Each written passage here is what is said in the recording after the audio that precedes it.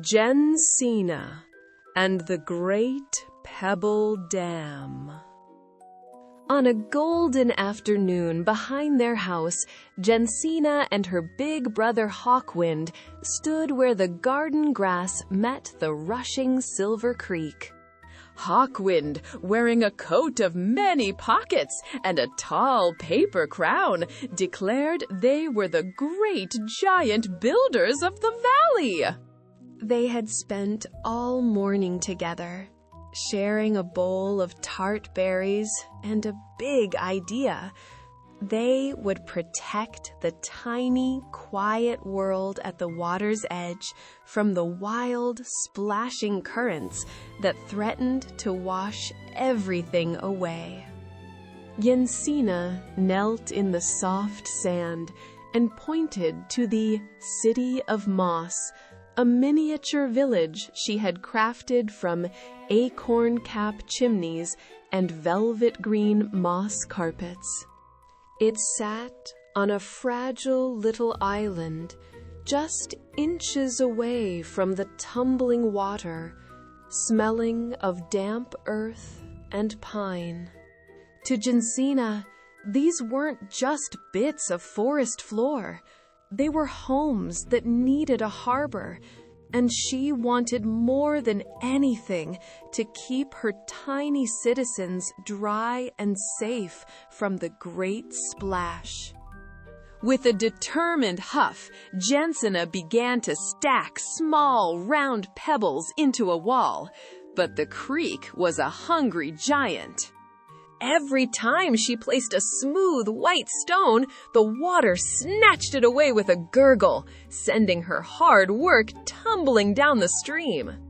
Her hands were cold and muddy, and the stakes felt high. The wall collapsed once, then twice, as the water pushed through the gaps, threatening to sweep the acorn-cap houses into the deep, dark woods. Hawkwynd saw his sister's lip tremble and knelt beside her in the muck. Small stones roll, but locking teeth stones stay put, he whispered, pointing to the jagged, triangular rocks near the willow tree. He didn't just fix it for her.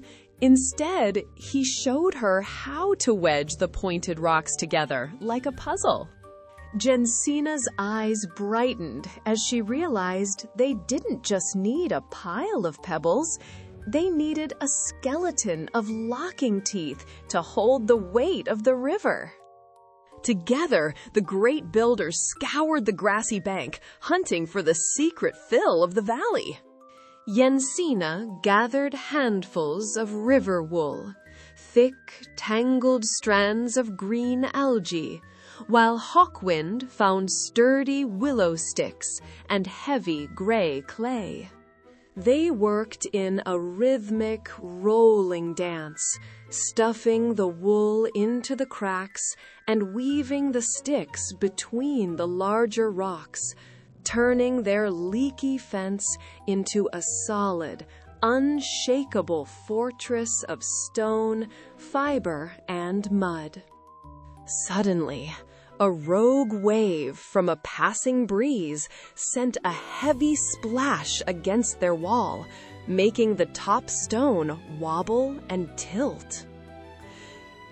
Jensina held her breath. Her fingers tensed in the mud, watching the water swirl around their river wool padding. The dam shivered, but the locking teeth stones held firm, and the clay didn't wash away. The dam stood tall, turning the angry white bubbles into a gentle, swirling mirror. The children let out a triumphant cheer that echoed off the trees, their teamwork stronger than the river. With the harbor finally protected, Jensina carefully launched her fleet of walnut-shell boats into the peaceful, still water behind the dam. They bobbed gracefully in the calm, their tiny leaf sails catching the light, safe from the rushing Silver Creek.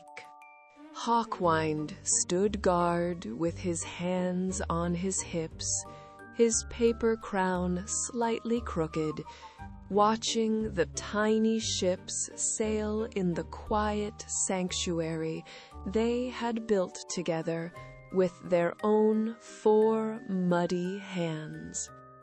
As the sun began to dip behind the hills, painting the sky in streaks of peach and violet, a small green frog hopped onto the very top of their great Pebble Dam.